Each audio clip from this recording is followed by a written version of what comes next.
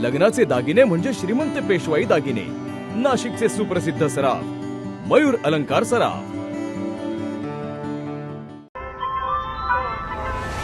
ताज्या बातम्यांसाठी नाशिक न्यूजच्या YouTube चॅनलला सबस्क्राईब करा आणि बेल आयकॉनला प्रेस करा।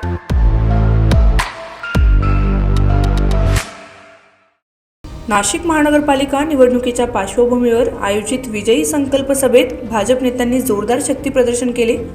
प्रभू श्रीरामांना वंदन करत मुख्यमंत्री देवेंद्र फडणवीस यांनी नाशिकच्या धार्मिक, सांस्कृतिक आणि विकासात्मक ओळखीवर भर दिला। ते म्हणाले, काही जण नाशिकमध्ये येऊनही प्रभू श्रीरामांचे स्मरण करत नाहीत। जो रामाचा नाही तो कोणाचाच होऊ शकत नाही, अशी टीका फडणवीसांनी यावेळी केली।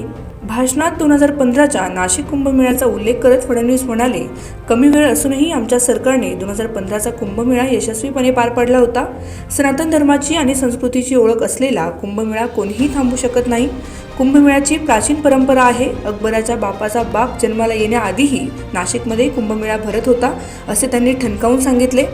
यावेळी भाजप नेते डॉक्टर अपूर्व हिरे यांनी मुख्यमंत्र्यांवर स्तुतिसुमने उधळत फडणवीसांनी सर्वात जास्त निधी नाशिकला दिला, अशी प्रतिक्रिया दिली आहे। आज या ठिकाणी सन्माननीय मुख्यमंत्री महोदयांची एक प्रचंड विराट अशी सभा या ठिकाणी झालेली आहे आणि निश्चित मुख्यमंत्री महोदयांनी जो संदेश नाशिकच्या विकासाकरता दिलाय, ज्या पद्धतीनं काम त्यांनी नाशिक दत्तक घेतल्यानंतर सुरू केलंय आणि त्याची जे सगळा आराखडा या ठिकाणी मांडला, तो पाहिल्यानंतर निश्चितरित्या मला विश्वास आहे की महाराष्ट्राच्या इतिहासात एवढ्या मोठ्या प्रमाणामध्ये कामं देणारा दुसरा कुठलाही मुख्यमंत्री नाशिकला झाला नाही आणि त्यामुळे नाशिककर त्यांच्या याला सगळ्याला प्रतिसाद मोठ्या प्रमाणात देतील आणि भारतीय जनता पक्षाला एकतर्फी सत्ता देतील, याच्यात मला खात्री वाटते।